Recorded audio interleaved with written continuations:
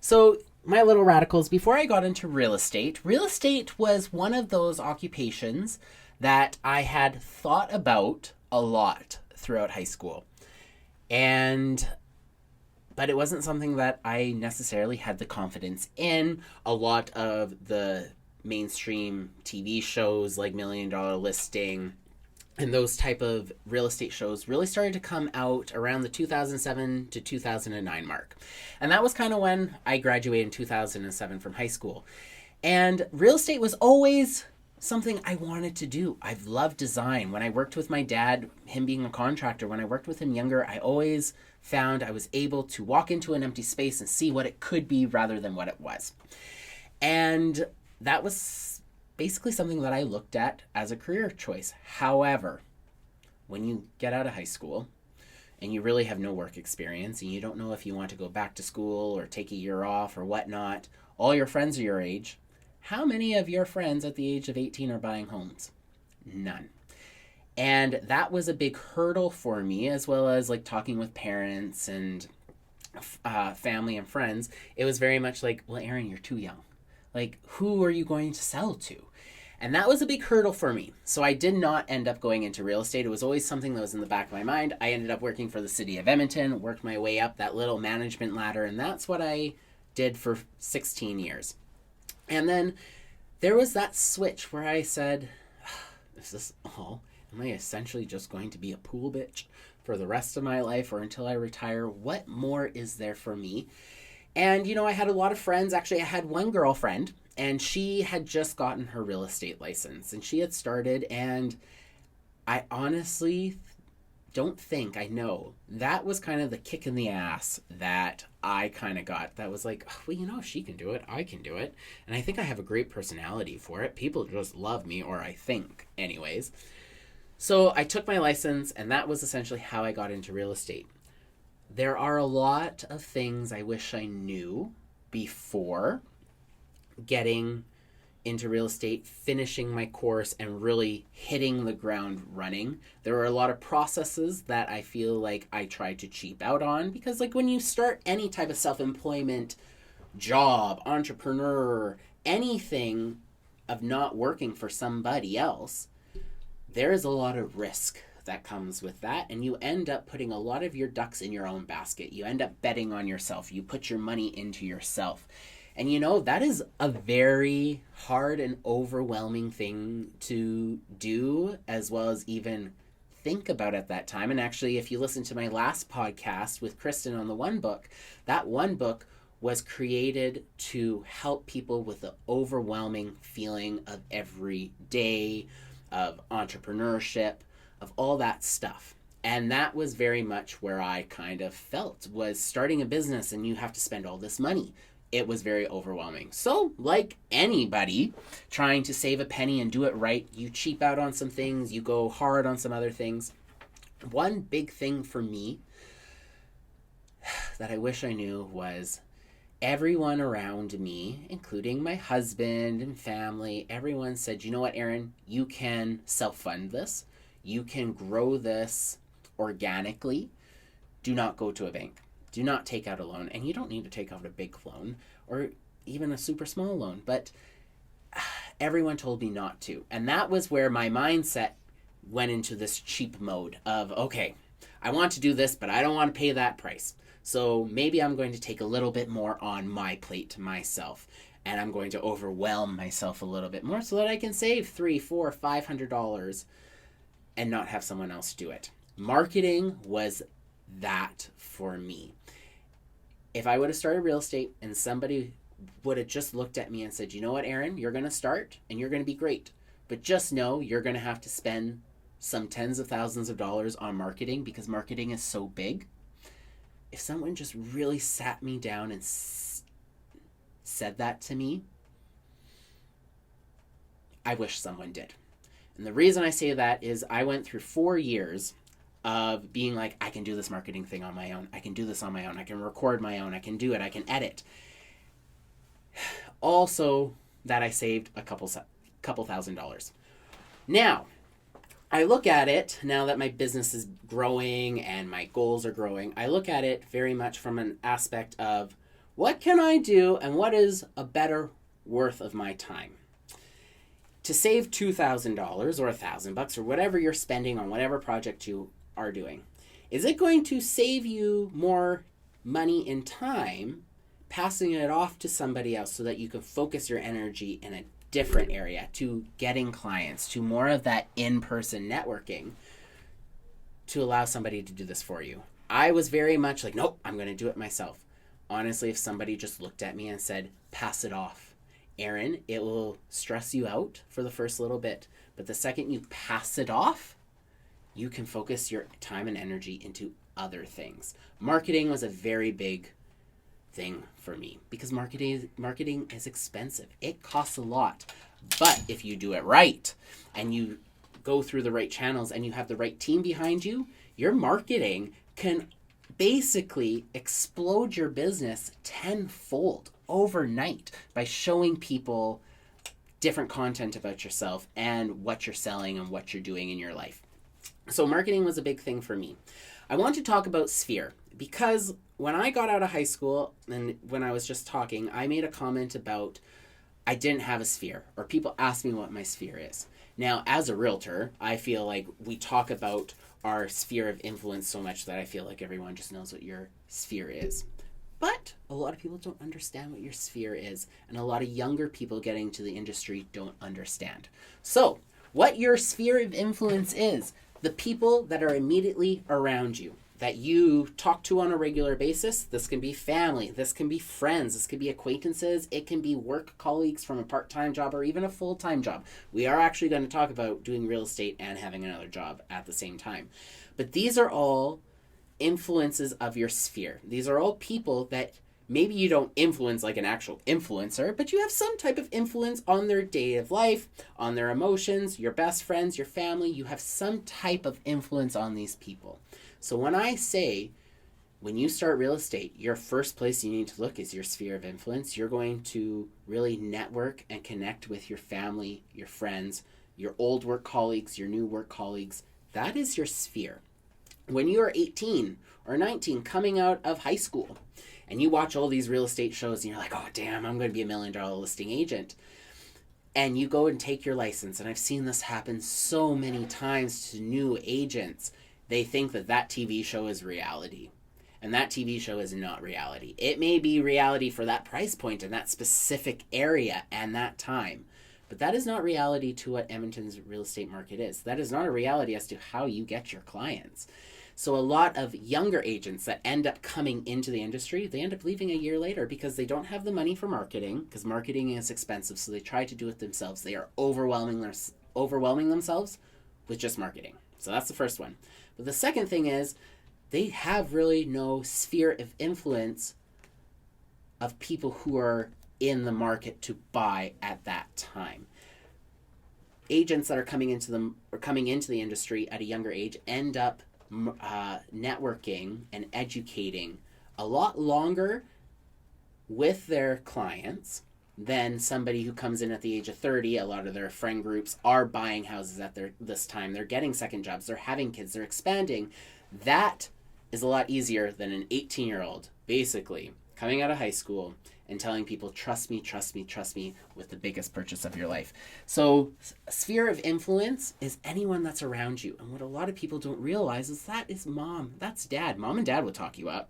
I sure hope your mom and dad will talk you up. I know my parents talk me up sometimes. I'm like, you talk me up a little bit too much, Mom. But your parents talk you up. Your brothers, your sisters, your siblings, they talk you up. Your family, friends, influence, co-workers. That for me was my biggest fear. When I started real estate, the amount of people I networked within the city of Edmonton, that was how I started my business. Actually, I'm going to tell you this story. But when I started real estate and I got my license, I demoted myself from a management position with the city of Edmonton to a part-time lifeguard. I shouldn't really say demoted myself because that's a little negative. I dropped down. I didn't want a full-time role anymore. I wanted to really experiment with real estate. But at the same time, I was not ready to give up that bi-weekly paycheck because it's very hard. Having that for so long and not having that and having to come up with that on your own, again, one book, overwhelming. So I lifeguarded, and I wouldn't say I'm a morning person, but I can be a morning person. And I was working at one of the City of Edmonton facilities, and they asked for my availability, and literally, and if you've been a lifeguard for the City of Edmonton and you know the game of seniority, the longer you have been a lifeguard, the more seniority you get, and the more you almost feel entitled for the better shifts. I was in this place. So they gave me an availability form, and I said, I do not want to work afternoons. I do not want to work nights. I want to work early mornings. I did that strategically. The reason I wanted to work early mornings was I know that people love me first thing in the morning. I'm quite bubbly. I can start people's day off in a very positive light, as well as I like to really connect with people older than myself. And at that time, when I was working at this pool, we had early morning lane swim, which we had a complete, very beautiful demographic of people, from older to younger, from all different races. So I got to touch base with all of them while working on a pool deck. And the other thing that came was there was an aqua size group after a shallow water aqua size group. And if any of my fellow pool nerds out there have ever done an aqua size class with the City of Edmonton or have lifeguarded one, they can get wild, and those participants are quite into it. And I just really networked myself. I danced around that pool deck with the music on, and I ended up moving 5 individuals into assisted living homes. Actually, a couple of them weren't assisted living homes, but we ended up downsizing them. But I ended up doing 5 deals in 6 months. And that was from just my sphere of influence on a pool deck. And once I hit my 6th deal, that was when I was like, Aaron, you're getting really good at this. You don't need to have another job. Or if you do, we can put that time and energy somewhere better. And that was honestly how I started real estate and how I got into it full time. Was I had a part-time job that I leaned on and I networked through. Now, this is a big conversation that a lot of new agents have is, well, do I have 2 jobs? Do I have one? Do I go full in? And it really honestly depends on who you talk to. And I also find it depends on what agent you're talking to, whether they're a newer agent, a more experienced agent, or a senior agent. Everyone says something different. I'm just going to tell you what I think. I do not think at all there is anything the matter with having a second job and selling real estate at the same time. Now, real estate can be a full-time job. It can be a part-time job. It can be something on the side. And you know what? Edmonton has over 4,000 realtors licensed that pay for actual licensing every year and with brokerages. And I bet you only half of them probably actually practice it. And I bet you anything, it's not even half. Maybe 1/3 of the agents in Edmonton actually probably practice real estate as a full-time morning to night gig. A lot of other agents, they have it as a part-time gig, or they have a full-time corporate job, which, they get their benefits, they get their health subsidies, they get their wage, they get all of that. And you know what? Their sphere of influence, mom, dad want to buy a house. Friends want to buy a house. And $5,000 commission check, an $8,000 commission check, even a $3,000 commission check on the side of a full-time job. I'm not sniffing my nose up at that. And I don't think anyone should. I think where that question comes in is, do you need 2 jobs? Is real estate getting so busy that maybe you don't need that other job for the networking, being in front of the same people every day, but you can put your time and energy elsewhere. I think that is the pendulum of, well, should I have 2 jobs? Should I not? If your real estate is getting so busy that you really don't need that other job, or you can take that energy and that time you're spending in that job and put it elsewhere, your business is only going to grow. Another thing, and actually, it's funny that I'm going to bring this up because as a realtor, I work lots. And I don't want to say that I don't even want to say how many hours a week I work. I feel like I work a lot, but a lot of my job doesn't feel like work. The part that feels like work to me is sitting behind the computer and doing the monotonous paperwork. That is work. But showing homes, hanging out with buyers, sellers, doing walkthroughs, seeing builders, podcasts, videoing, that's fun to me. The actual part of my job is sitting in front of my computer doing the paperwork. That is the difficult part of my job. Now, with real estate, a lot of people think, oh my God, realtors never work. And I hear this all the time, hashtag realtor life. Oh, I went shopping, hashtag realtor life. It's not something I do personally. But at the same time, I feel like there's a stigma of people think that realtors really don't work long hours for the amount of money we make. And realistically, if I have a client that works a 9 to 5 or any type of corporate job who isn't self-employed, do you think they work around my schedule or do you think I work around theirs? I 100% work around theirs.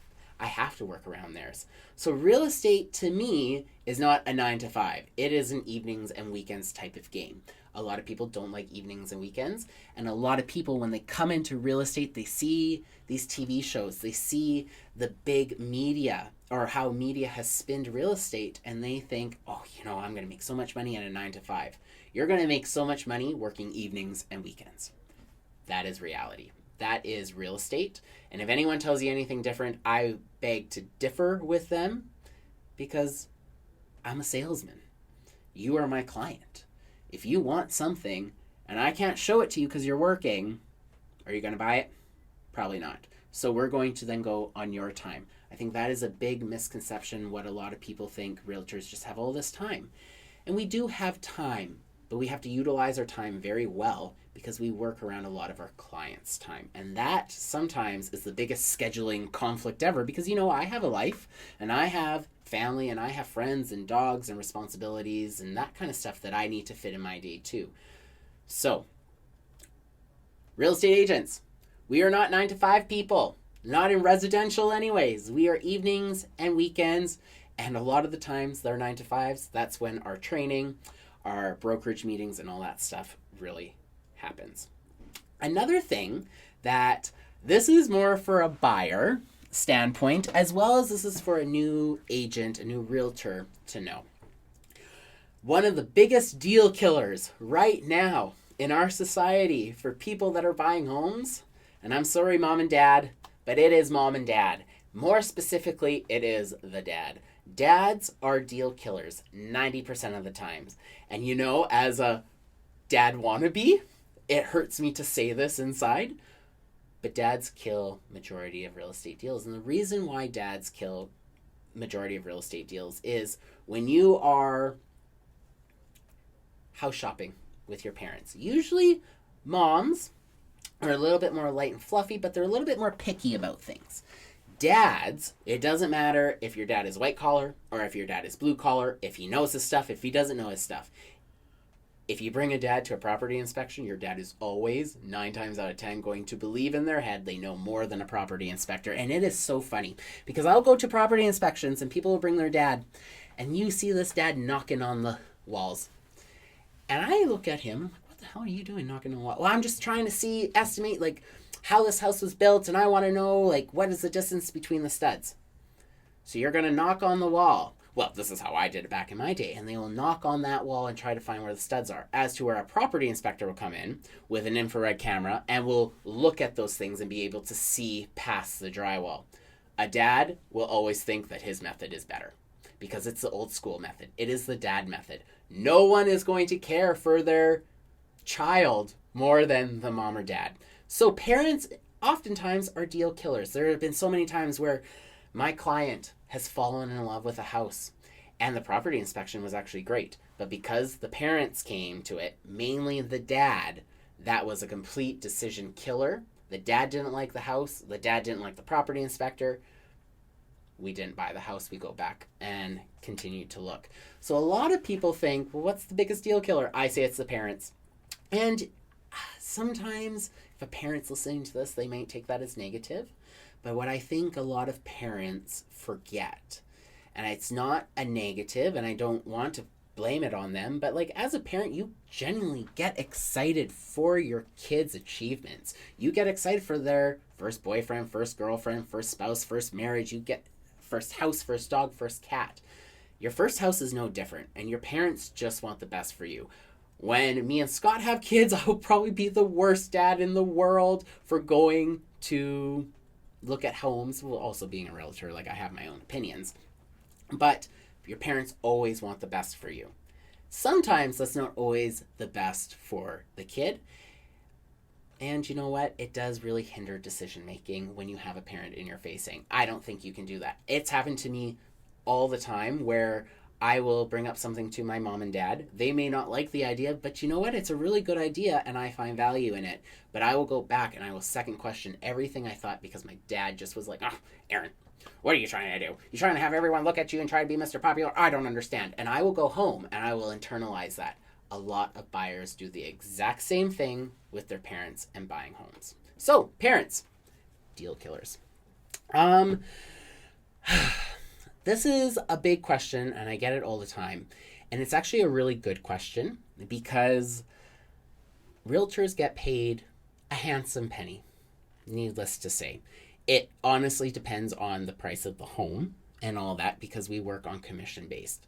Now, this is a big topic for a lot of people because when you sell, say, a $400,000 house, and industry standard is if you hired me to list your $400,000 house, I would come in and I would give you a marketing plan. We would talk about how we're going to market that house, the area, blah, blah, blah, blah, blah, all that stuff. I'm not going to give you guys all my juice and information on that right now.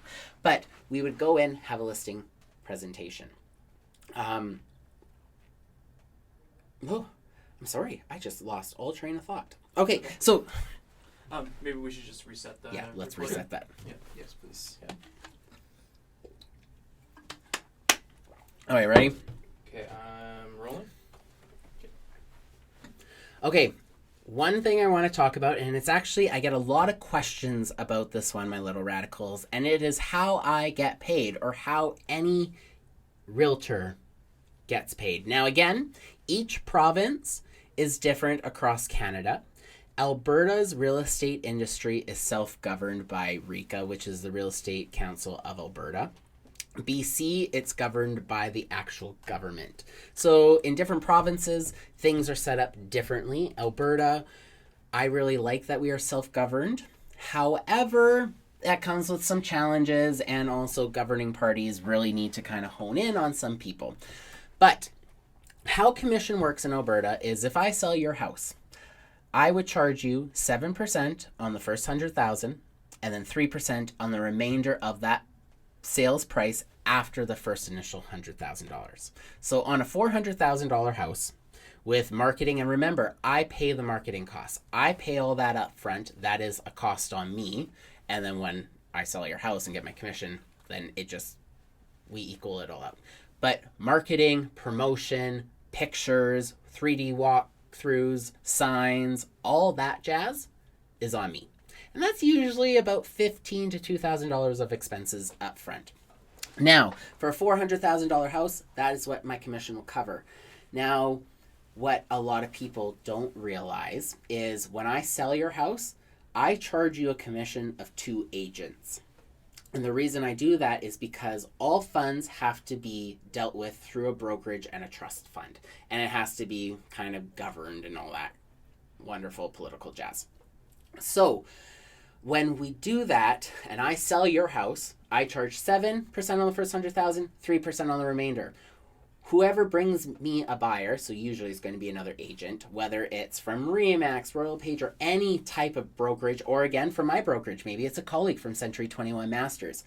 I split that commission 50-50 down the middle. So really, at the end of the day, I end up collecting 3.5% on the first 100,000, and then 3.5% on the first 100,000, and then 1.5% on the remainder of the balance, because I divided that by 2. Now, if I have a buyer, and my buyer is like, Radical Robinson, I have a budget of $400,000. I got pre-approved. We've gone through all the hoops. Let's go buy me my first house. Then we would go look at houses. I do market analysis on that house as well as to the areas and other houses that are comparable until we found the perfect house. When we offered on it, my commission on that, because I'm not selling it and I'm not having to split my commission because I'm on the buying side, I only charge 3.5 and 1.5, which is 50% of that 7 and 3. So I hope that makes sense. I know that there are other provinces like Ontario. I believe in Toronto, they just charge a full 4% fee on the full purchase price. So a lot of different provinces have different rules. I'm just talking about Edmonton. I work on a 7 and 3. And if I sell your house, I split that down the middle with the buyer or the buyer agent or whoever brought that buyer to me. If I am on the buying side, then I take, because I don't have to split anything, I get 3.5 and 1.5. Sometimes that does change. I sometimes give out a little bit of a family friend discount. But what a lot of people don't realize, I think what a lot of people see is that high number of, oh my God, he just made an $8,000 commission, which is great. That is sometimes a lot more than a full-time corporate wage. But what a lot of people don't realize is those upfront marketing costs are all on me. So take automatically, we'll say $2,000 off the top of that. So now that $8,000 has gone down to $6,000. Now I also have brokerage fees, and depending on what brokerage you're with, they might take a split or whatnot. So you have brokerage fees, you have MLS fees. So let's say now we take another $1,000 off of that. So now my $8,000 commission check after expenses and everything to sell your house and to give you that service you needed now has put my commission at the end of the day down to $5. Now I have business expenses and all of that. So when people look at realtors and they're like, oh, you make so much money, like $8,000 commission or more, yes, it's very true. But there are a lot of expenses that come out of that commission. So I would say if I make a commission, after I pay my expenses, I usually come home with about 50% of that. So $8,000 commission check after I pay my expenses for the marketing. Then I pay website fees and brokerage fees, MLS fees, scheduling, just stuff to help my business grow. I would say I take home about half to 2/3 of that. Now, that could be more, it could be less, it kind of depends. But that's kind of the realm of commission in Edmonton. People sometimes charge more, but if anyone is going to charge you any more than 7 and 3 to sell a house, they better be giving you some type of freaking amazing service. There are a lot of realtors out there that are like, oh, I've been doing this for 25 years and I charge a surprise price. So, I get them to charge, or I tell them we need to do a $5,000 or $10,000 buyer signing bonus. Well, I get half of that. But what are you offering that's any different? What are your features to offering that? So there are realtors out there that charge more. Industry standard is 7 and 3 to sell a house. To buy is 3.5 and 1.5. People will charge more, but if you're going to go with somebody that charges more, you better believe that their marketing plan, the way that they market themselves, their business, in print, online, needs to be above top notch, because you're paying above industry standard. So that is commission. There are a lot of things about this real estate industry that I really honestly wish I knew before I entered it. But you know what? Hindsight is 2020. I feel like if I did know those things, I would have had a much different journey than I have had now. It may have been easier, but I feel like other things would have been harder. So, with that said, I hope everyone finds value in what I'm saying, and also the experiences that I've been having in real estate. I think it is an amazing career, but at the same time, it is what you make of it. If you think you're going to enter real estate and make a shitload of money and only work 15 to 20 hours a week, I'm sorry, but you are very sadly mistaken. This is an industry where it's just not a 9 to 5. You get what you work for, and that is most of the time around the hour work, whether it's answering emails at 9 o'clock, answering emails at 9 o'clock, working around other people's schedules. It takes hustle. And what I think a lot of people don't realize is that you can do it without the hustle. And if you don't got the hustle, you got nothing. Anyways, you guys, thank you very much for joining me today again for my podcast on things I wish I knew about the real estate industry. And until next time, I have a bunch more podcasts planned. We have some special guests, so I'm very excited to be on this journey with you guys. That's really about it. I love you all. Big Radical out.